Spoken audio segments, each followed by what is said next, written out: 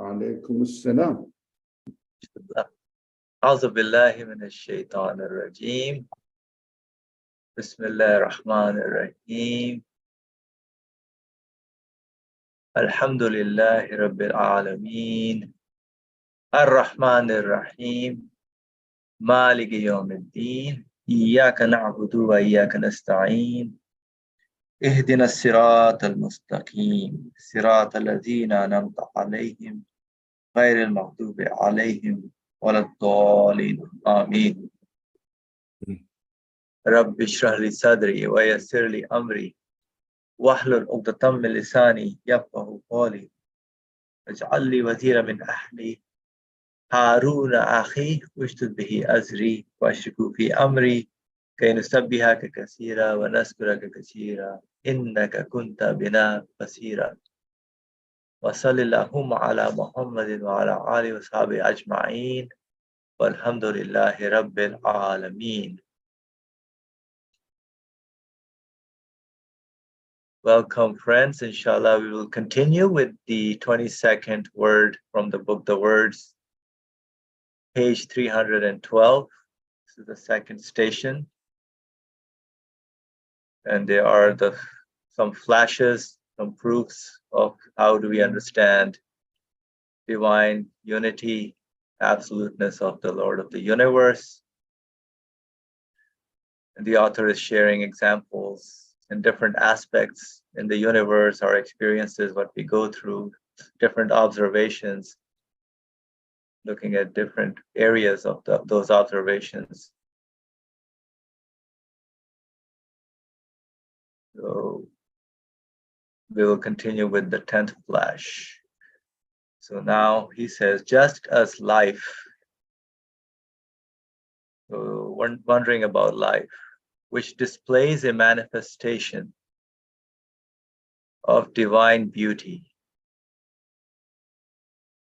is a proof of divine oneness and a sort of manifestation of unity.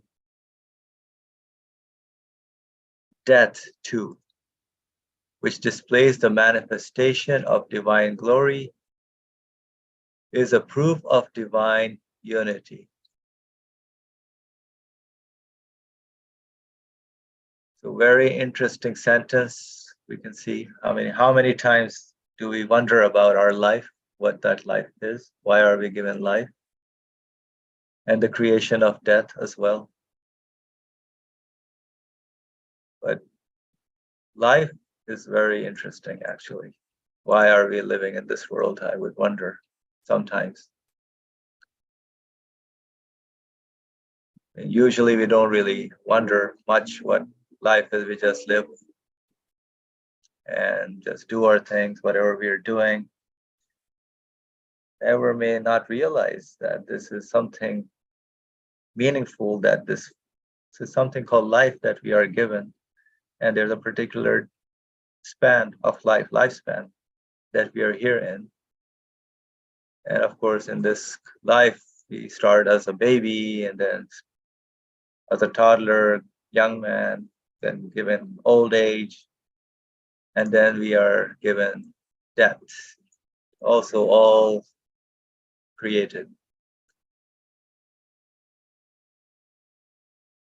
And then this author is saying it displays your life here while you're in this world, displays a manifestation of divine beauty. I don't think I've ever thought of it like this, that my life here is a manifestation of whoever gave me life, points to him, his divine beauty, and my life is a proof of divine oneness. Yeah, sometimes maybe, but not that often. And a sort of manifestation of unity. So life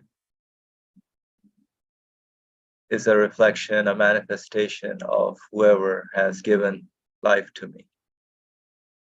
And everything else in the universe who is I experience with, I'm interacting with, which shows a manifestation of unity, me, my life, my being also being a part of it. And same thing with the creation of death, which displays manifestation of divine glory. and also is a proof of divine unity.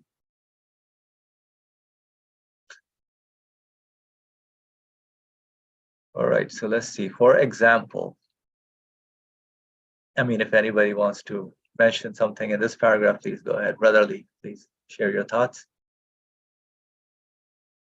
We can easily understand that if a dead thing is given life, as soon as it is given life, we understand that many feelings,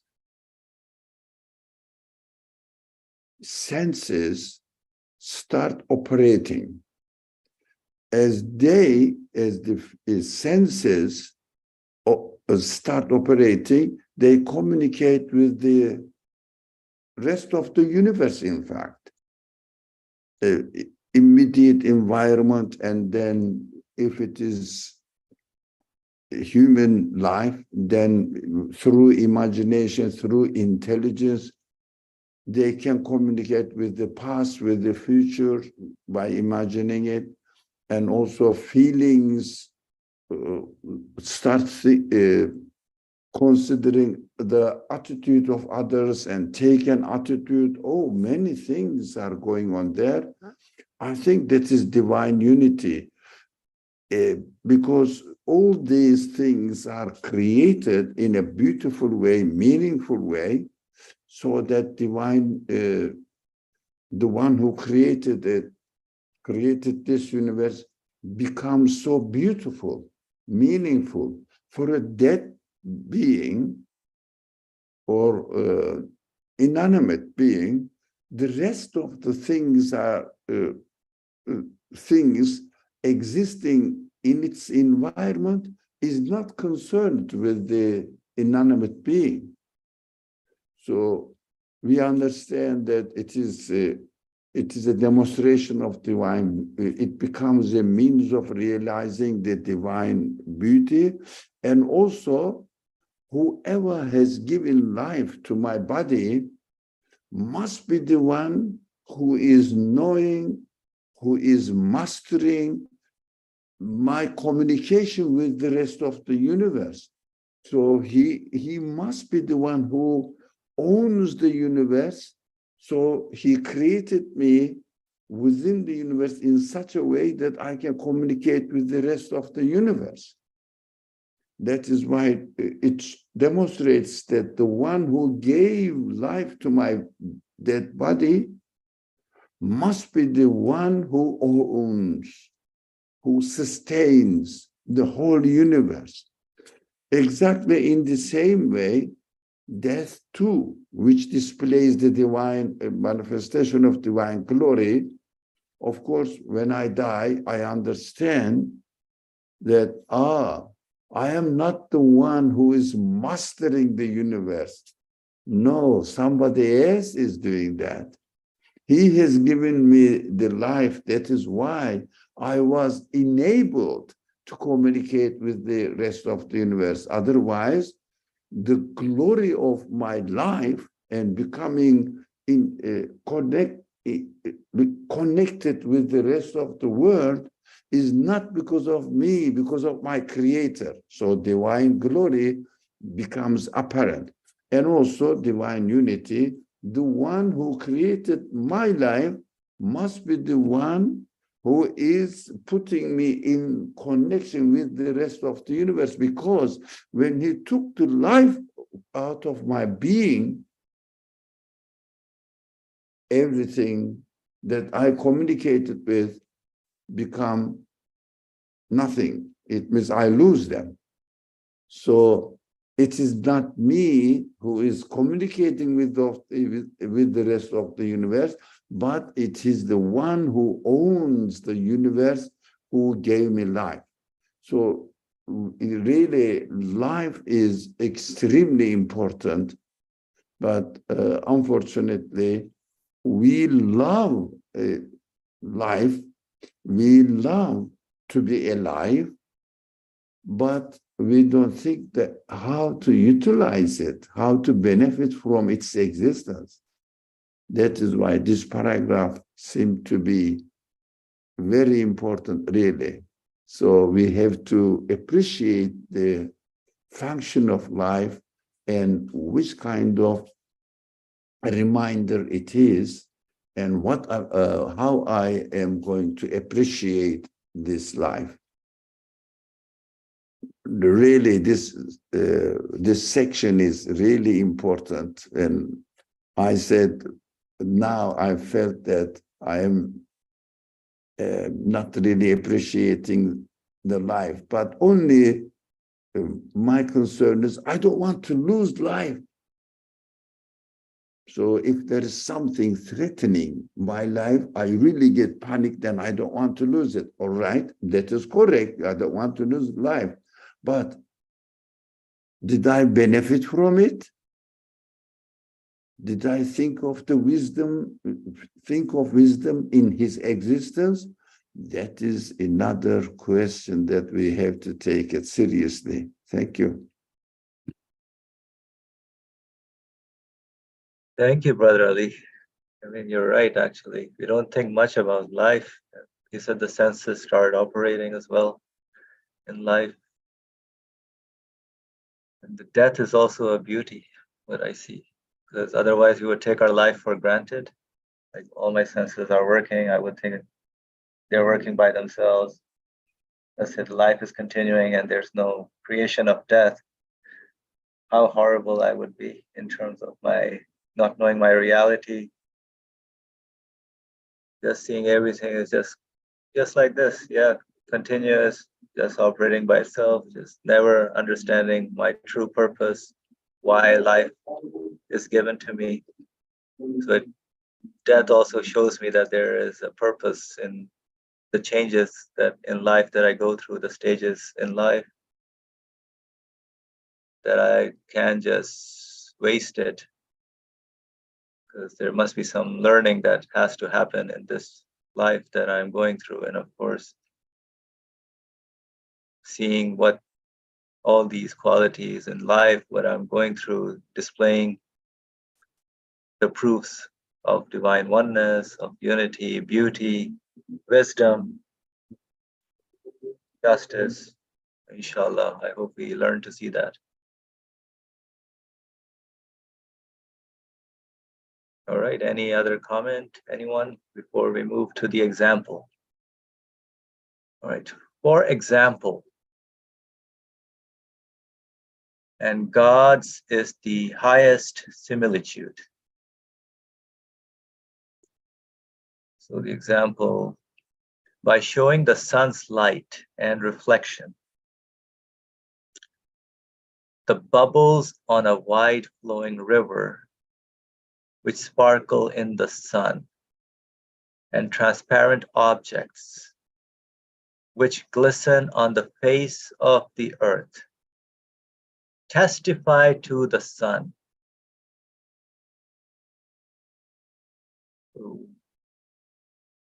So in a flowing river, so life is like a river analogy, which is continuously flowing, moving. And whatever happens, or let's say in the analogy, the river, there's the reflection of the sun on transparent objects, which glisten on the face of the earth, testify to the sun. So whatever I go through in my journey, in my life, testifies to my divine oneness, to divine unity, to my owner, my Lord. So on those tribes of bubbles and transparent objects disappearing, the continued magnificent manifestation of the sun and the uninterrupted and constant display of its light on the successive groups and tribes of bubbles and transparent objects which follow on after them, testify decisively that the little images of the sun and the lights and flashes which appear and sparkle flare up and die away.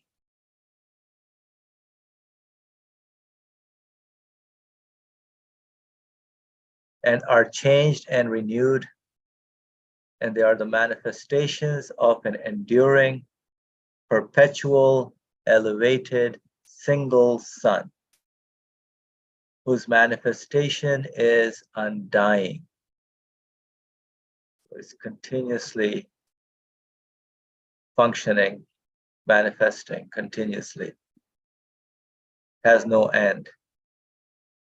But my life, or the life of the bubbles, in this case on the river, has an end in this existence, type of existence. That is to say, just as through their appearance and becoming visible, the shining droplets demonstrate the sun's existence, so with their disappearance and extinction. With their disappearance and extinction, they demonstrate the sun's continuation, permanence, and unity.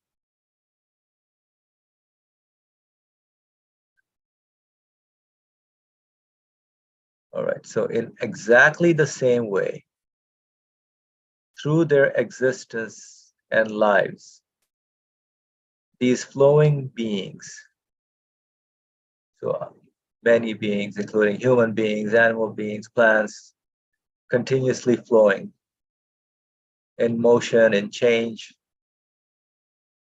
testify to the necessary existence and oneness of the necessarily existent one.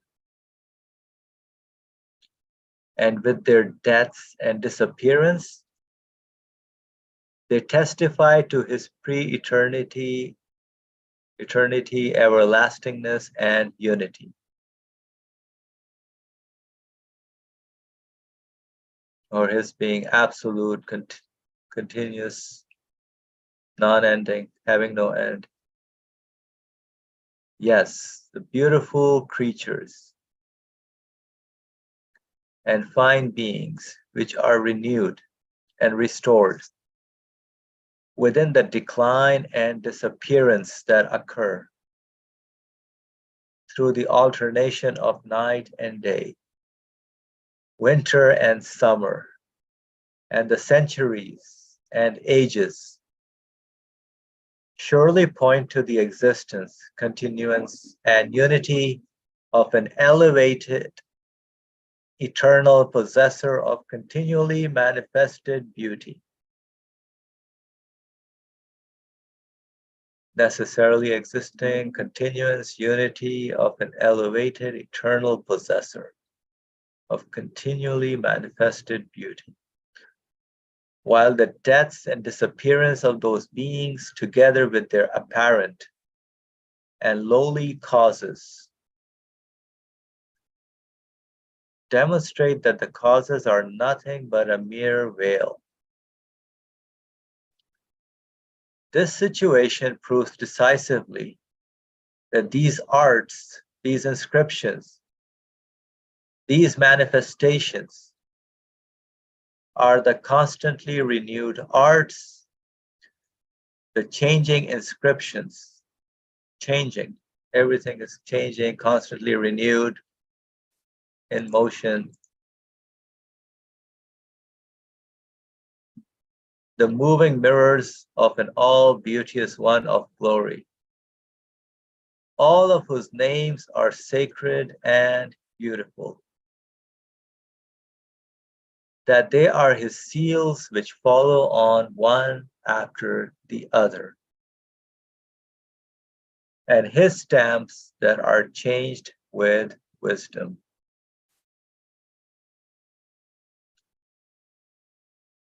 So in our life journey, as we venture into our life, going through different experiences, different beings testify. So our life testifies what we go through. We have to learn and see that what our life testifies to, the oneness and to the necessarily existent one. I mean, who else is arranging my life? Who else has given me this life, who else is the one responsible for changing me, where I'm going through different stages, it definitely points to a being who is necessarily existent and an absolute being. And whoever is changing me himself must not be subject to change, because I'm the one changing, so he must be eternal or infinite, as we call it. And of course, the analogy of the flowing river, that's how this universe is also flowing with beings in this universe. All the beings, human beings including, and conscious beings are continuously in motion, changing, flowing through life and death, continuously manifesting in each of their stage of their existence, in the changing about the beauty of the one who is, and the wisdom, the mercy of the one who is the all-glorious one.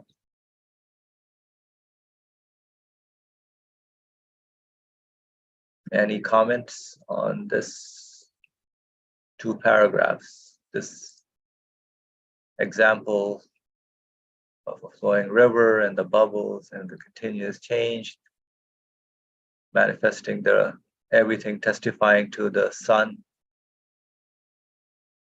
and that sun is continuously manifesting. And of course, in the example, the words gods is the highest similitude, so none of the comparisons or examples truly highlight the reality of what the absolute is. But this is an example for us to make sense of how our life also is continuously, we can see that it's changing, and that's, we have to see that it testifies to his eternity, his absoluteness, his oneness, unity.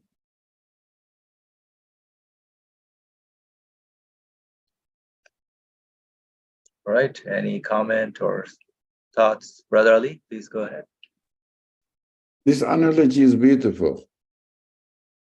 Likening life to continuously running or running river. But you explained, and the text is clear, there is no need to talk about it more. But I thought, what are the bubbles representing?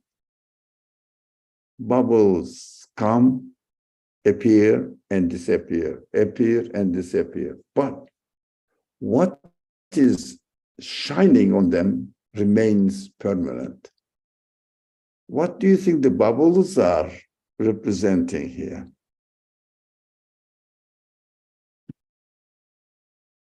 An idea? By anyone?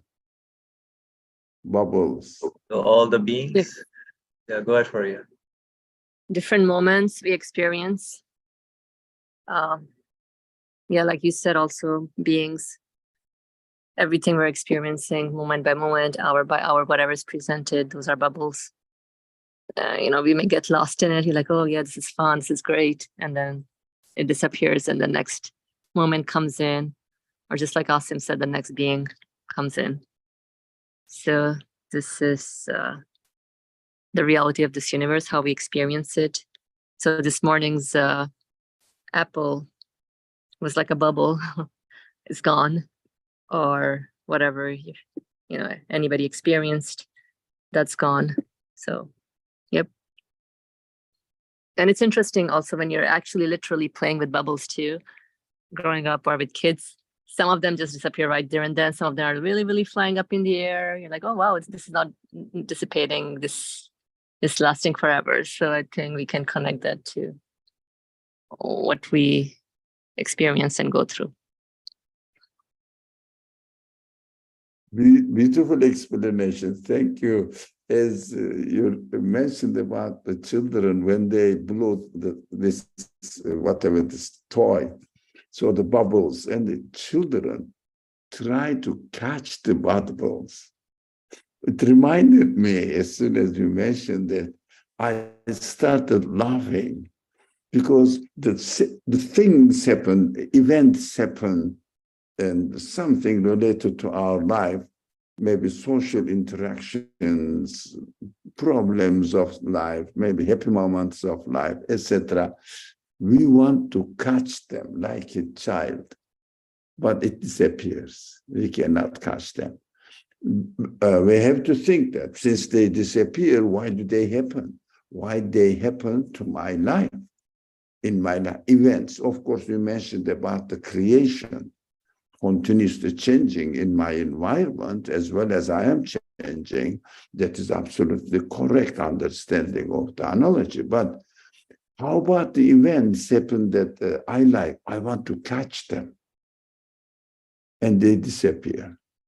When they disappear, I may fall into despair.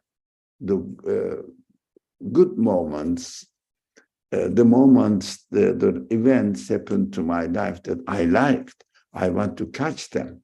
I want to take a picture of it, etc., preserve it, but they disappear. How about the bad moments? They disappear as well. Bad according to my understanding, according to my perception, expectations.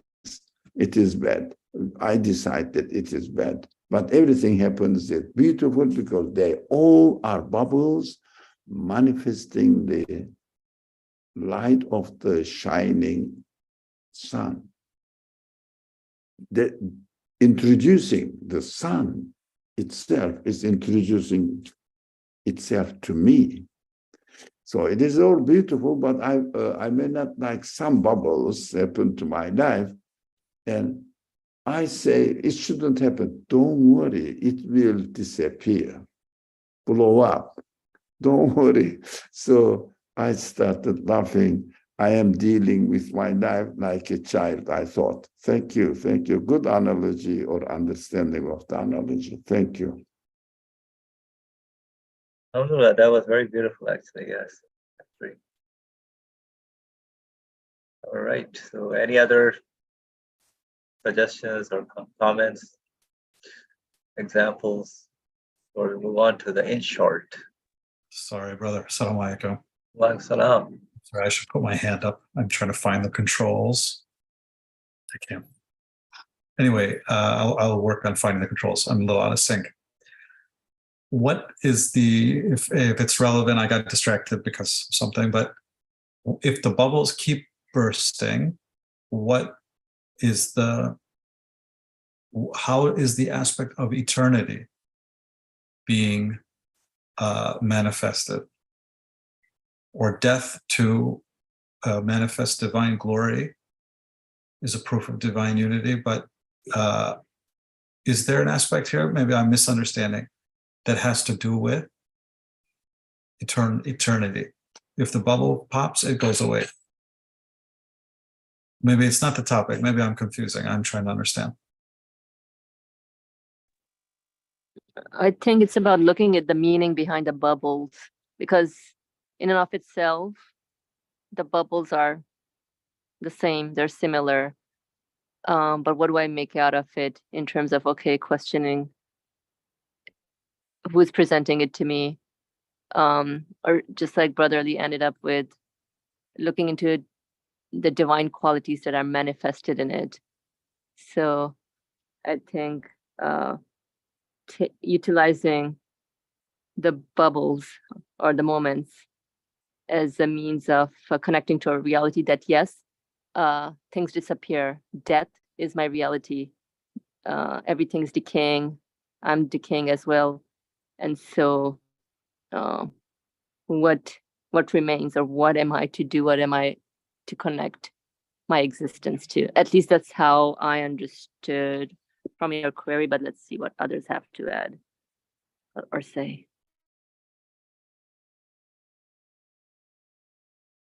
Sure. Yeah, I just highlighted that the bubbles bursting, their transience or death is a man. I mean, we wonder. It's the changes that happen how are they happening, who's organizing them. So they are the manifestations of one who is not subject to death, not subject to the change that we are observing. So of an enduring, perpetual, unique, single sun, elevated. So continuation, permanence, and unity. So that's how the analogy points to his existence and continuance and unity of an elevated eternal possessor of the continually manifested beauty. So they all point to his existence, his being infinite, his being absolute, all these changes. And of course, the bubbles, as the brotherly shared about the events that we go through, some of them which we may not like. So I should understand not to worry, because they are only in this life, transient. They go away. Things change continuously, are changing in the conditions of this life that I'm in. So any other comments? Go ahead. It's interesting. From what's being shared right now, I think it's all a matter of connecting it to an eternal one, because I would be perplexed.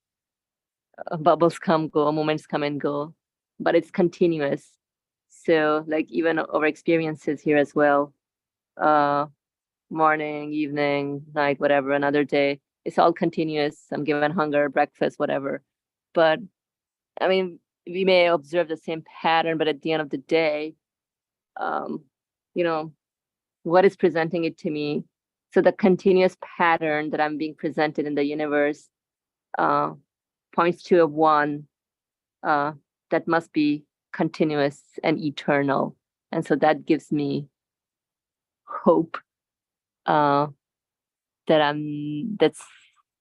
there's something meaningful about this existence that I'm given.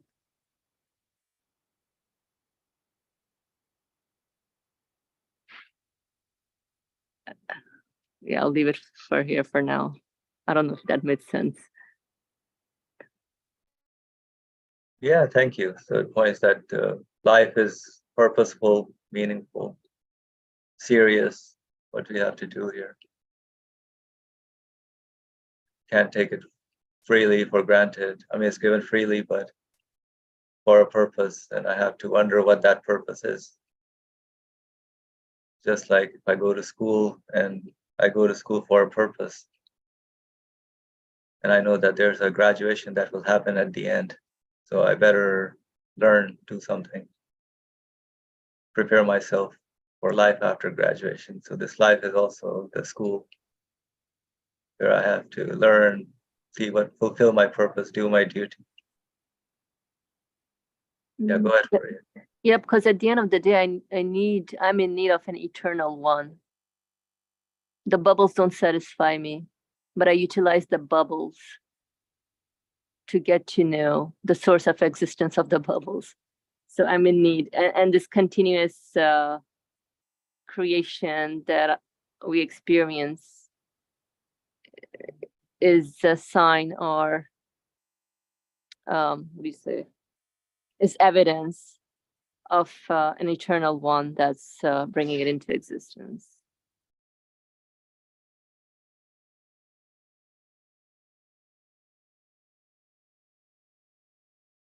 Yep, thank you. Any other comment before we move on?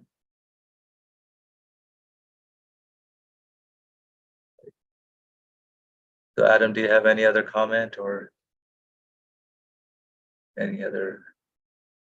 No, so I think I appreciate everyone's points. Thank you. Okay, alhamdulillah, thank you. But feel free to interrupt anytime, anyone. All right, so in short, the mighty book of the universe both teaches. So the universe teaches us the creational science concerning divine existence and unity. It teaches us what? The creational science concerning divine existence and unity. And the universe testifies to all the attributes of perfection, beauty and glory of that all glorious one.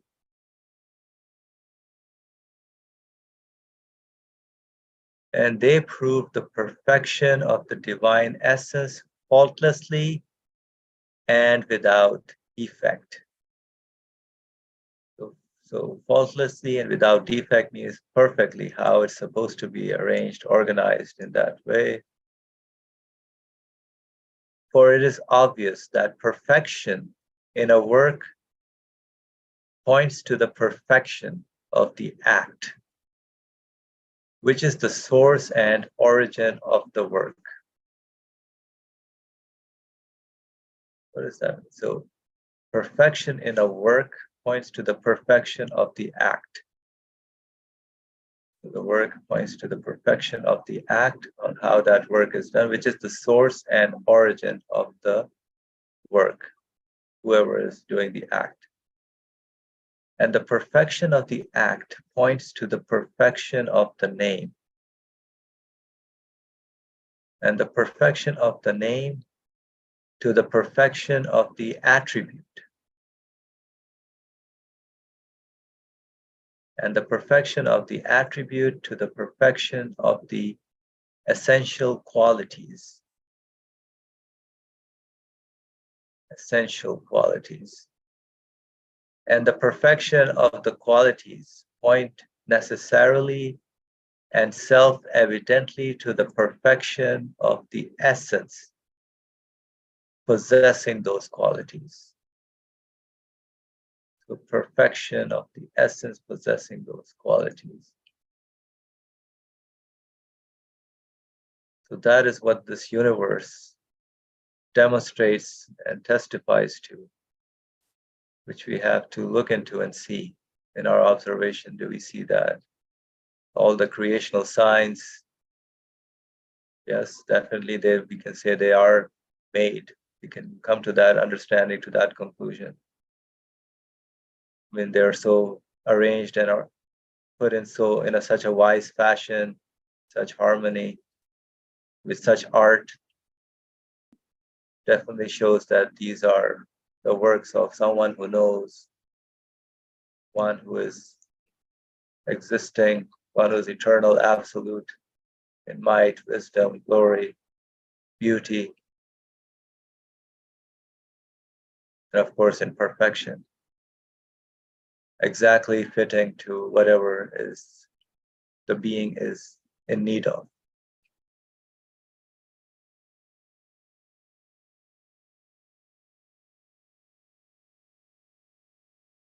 So by looking at the universe, the creational science, looking at the acts, one arrives at the names, the qualities, and then sees that, yes, definitely essential qualities.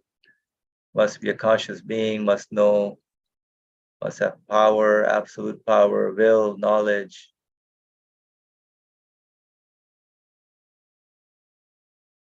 And there must be a being that has such qualities.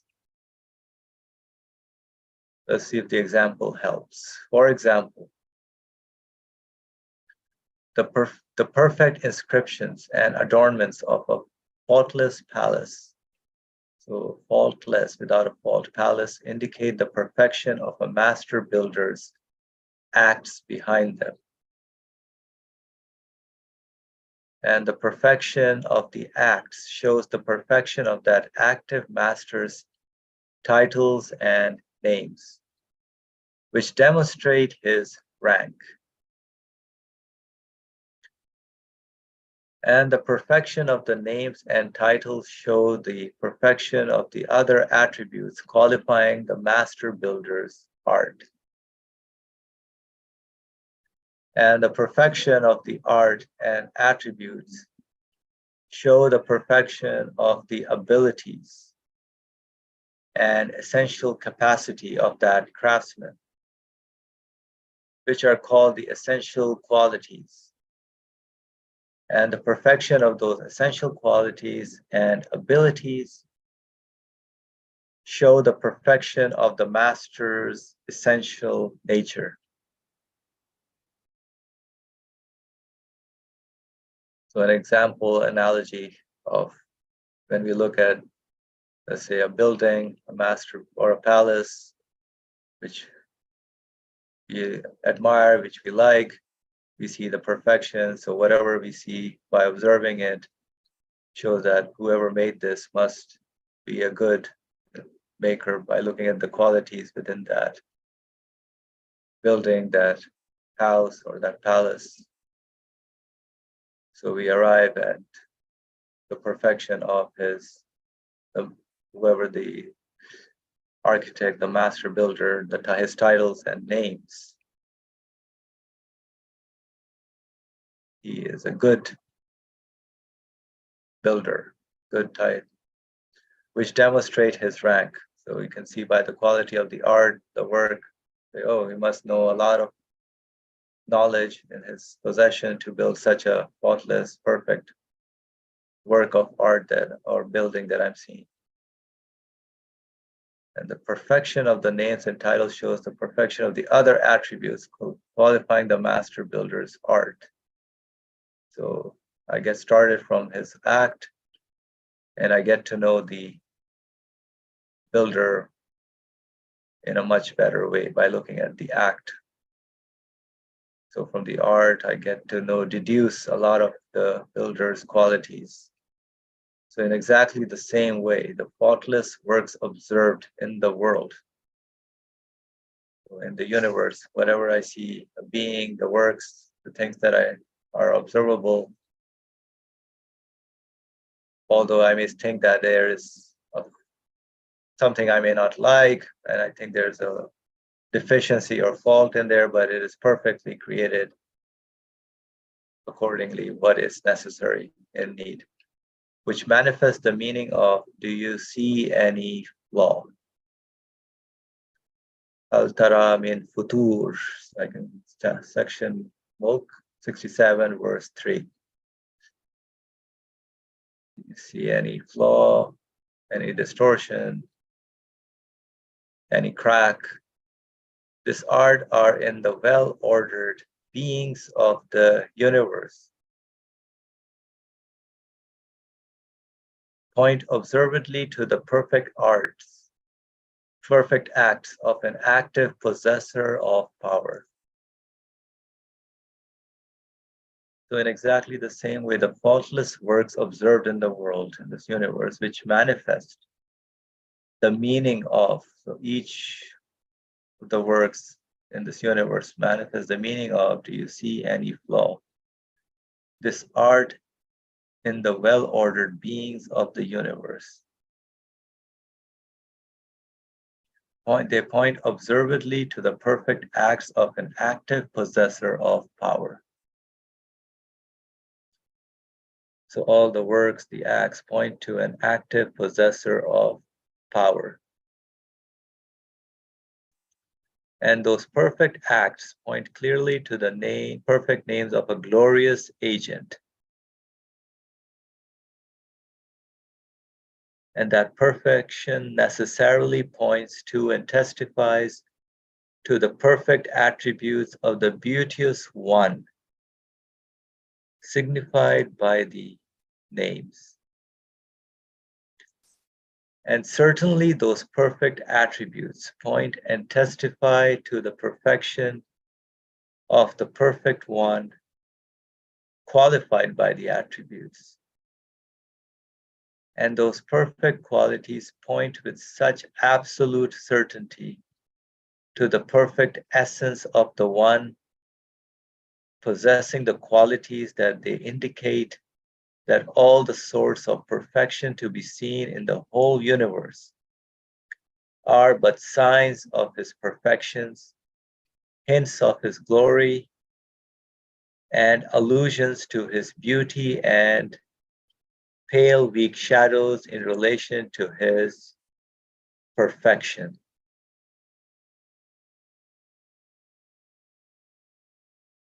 All right, so I'll be honest a little bit.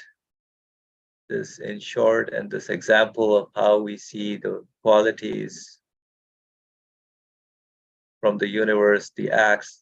Okay, I can understand that. Yes, definitely the acts do point to whoever the artist is, whoever is the agent. But I felt this is like a little several steps that are going on that I cannot just stay in one stage, and I have to further go from realizing the artist to what kind of artist and relating them to the other qualities and going through further stages. Maybe can someone help me in that, how in this observation of the art of the acts of the universe, how do I go through all these stages?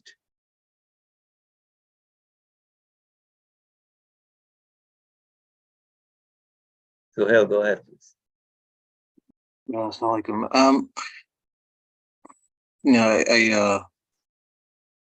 always have a personal time making a distinction between names, attributes, and essential qualities in essence, because I guess this is just sort of a historical theological point that they would make a distinction between name and attributes, but the Quran just mentions names. But in any case, at least what I gather from this is that, as you mentioned, you have an act, something that you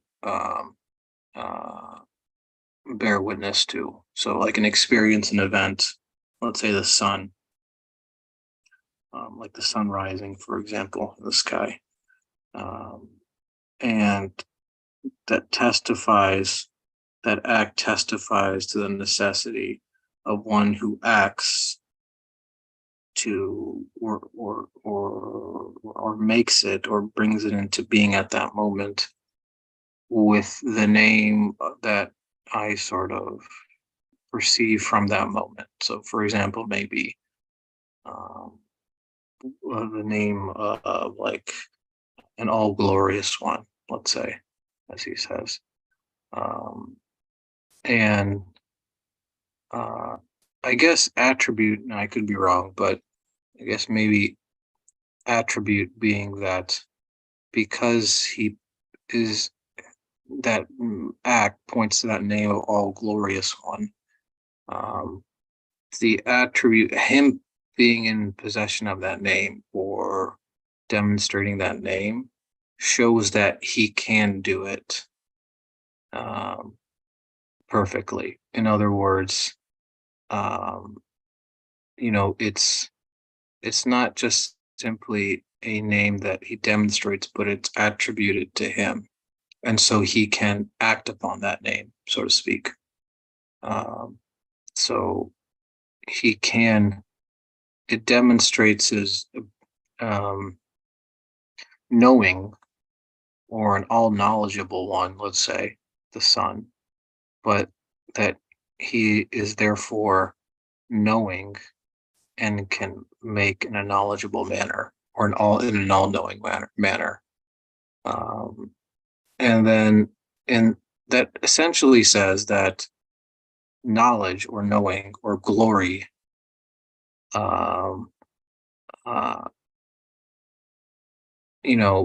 points to this being of his essence, though, that simply is he not able to only make in a glorious manner, but that glory therefore is of his essence, so it belongs to him, it's of him. You can't distinguish between it and him. It's one and the same thing. And because it must be absolute, that is perfection. So that's. Can you go back to the previous page? And if you scroll down, yeah. So yeah. So that these qualities are essentially, that they are essential to him, meaning they are of him, by him, belonging to him, that there is no other share in them. So they're not dependent on anyone else, so to speak. They're wholly and solely attributed to him because he is their source of those qualities, because that's who he is. That's his essential nature, so to speak, his perfect essential nature. So that's kind of what I generally take away from that. But yeah, I don't know if anybody else has any other comments on it.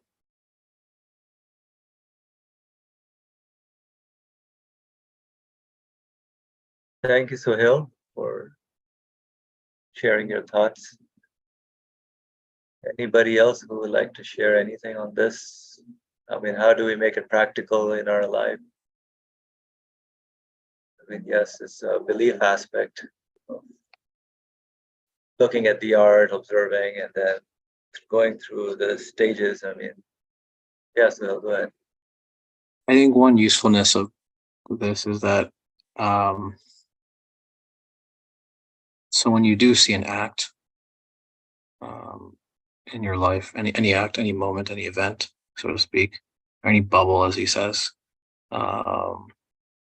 that aware that when you do go through this process, that you are aware that it's but only the manifestation of his perfect nature. And the manifestation of that perfect nature takes place even in a moment on a bubble. That the thing itself is demonstrating not only his name, some certain quality, but that quality he is able to bring into being manifest because it's attributed to him, and therefore belongs to him. It's of his essence. Must be perfect then for an absolute source. So I think, in other words, it brings you closer to the one of perfect essential nature. So you're not distant, so to speak, from the artist or the builder or the master builder, but you immediately see him, recognize him, and connect with him through that moment, through that bubble, even if it's going to burst, it's going to disappear, even if you can't hold on to it. So, because it's interesting, I guess people say, when they see the sun or the moon or stars, or especially things that are celestial, but it can be anything really, but especially celestial, they're like, oh, wow, this is, you know, amazing. There's some sort of quality that manifests, let's say, some sort of power or will or majesty there. So magnificence or glory. People inherently recognize, everybody knows that intuitively, conscious, like even if it's subconscious, they aren't aware of where it comes from, but they know that. But then they don't really go beyond that. They just stop there. And so maybe they see a name, but then they don't know who that name actually belongs to. Who is it attributed to? And therefore, to whose essence does it belong to? Of whose essence is it? So I think that's the utility, because I can see something and recognize, I can see order. I can see power. I might give it a different name, but in other words, when I see order, in some way I'm seeing power and knowledge there, but I don't go beyond that. And I think that's the utility, is to see where it essentially where it leads to, is to his perfect essential nature, to him. So.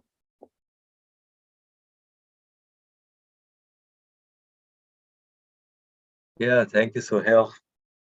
Yeah, your comment reminded me of some tweets I saw of a former president. He was looking at the James Webb pictures that he posted. He said, I'm still mesmerized with all these pictures. And also reminds me of, like, when you go to maybe a beach and people are just sitting there losing themselves and looking at the water, but never never wondering at whose qualities they point to, and ascending or making sort of an ascension in their understanding of,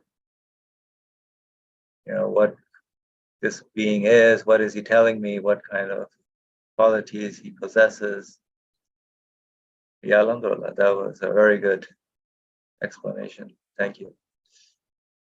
All right, any other comment? Of course, perfection where there's no crack or fault in them. Brotherly, please go ahead.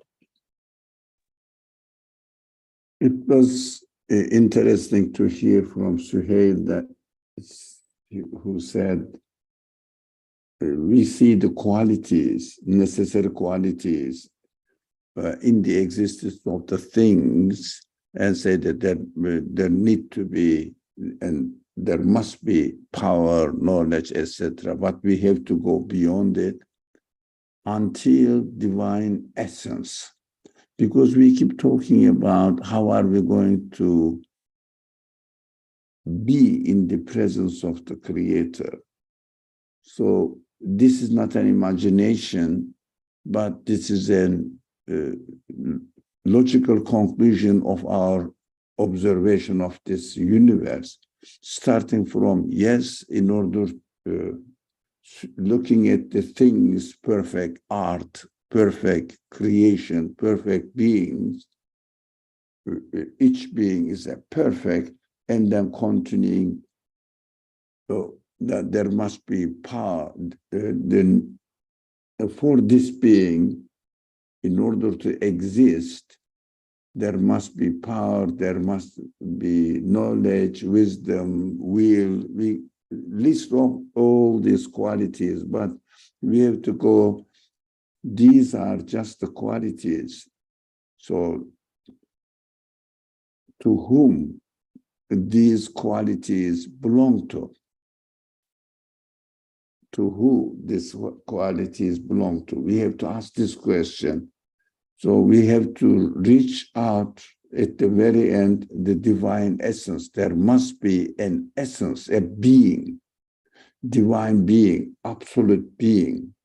So as we are experiencing the pieces of arts in this universe, innumerable pieces of arts in this universe, and see the qualities manifested in them, so we have to continue reflecting on the same observation and try to be with our emotions, with our consciousness in the presence of this divine essence, divine being. Of course, we cannot imagine this divine being, but we must make sure that we are always in the presence of divine being.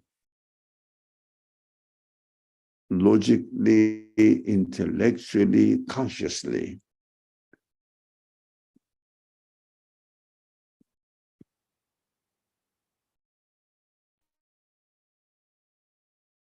Inshallah, yes, you're right. Suhail, go ahead. Yeah, just to touch on what Ali Baba said, the Quran always says, like the famous, I just looked it up, it's mentioned 4 times, at least from what I can tell. There's وَلِلَّهِ أَسْمَاءُ الْحُسْنَى, that's chapter 7, verse 180. There is فَلَهُ الْأَسْمَاءُ الْحُسْنَى, which is chapter 17, verse 110. Then there is Allahu la ilaha illahu lahu al-asma'ul husna. That's chapter 20, verse 8. And then chapter 59, verse 24. Wallahu khaliqul bari'ul musawwiru lahu al-asma'ul husna. So in other words, going from asma'ul husna, I guess in some sense, if you reverse it, going from perfection, because human beings are in awe of the universe, they're in awe of this perfection of the universe, or beauty, so to speak, perfection, arriving to a name or a quality, and essentially going back to who? Lahu. That's the goal, I guess, from the Quranic perspective.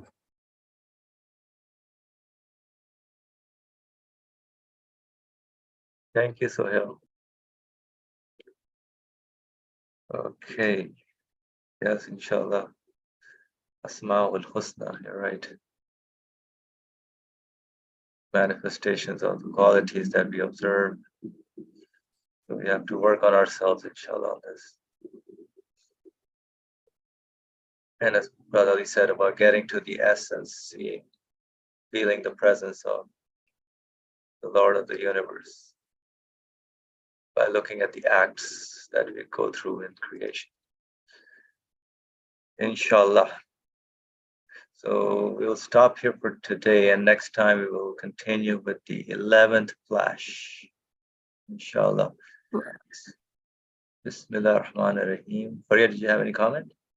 I guess maybe we can go next time about, I didn't catch the attributes and essence. So I experienced the qualities. So that leads me to a necessarily existent one. And that's the point we were making, correct? So through any experiences, whatever feelings are imparted or whatever quality am I experiencing, through that I can conclude a necessary existent one. So the qualities point to the essence of a necessarily existent one, but the qualities do not describe the necessarily existent one. I mean, that's the point that was being talked about, right?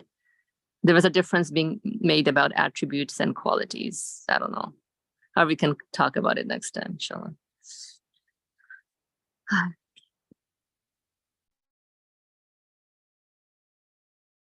Okay, yeah, the only thing I would say is yes, the logical conclusion and then the human feelings that go along with it, with those conclusions. Inshallah. But if yeah, feel free to bring it up next time, inshallah. Bismillah ar-Rahman ar-Rahim. Subhanaka la ilma lana illa ma alamtana. Innaka antal alimul hakim.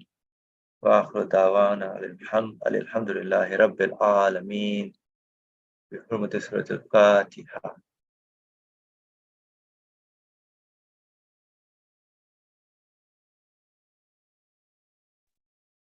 Thank you, everyone.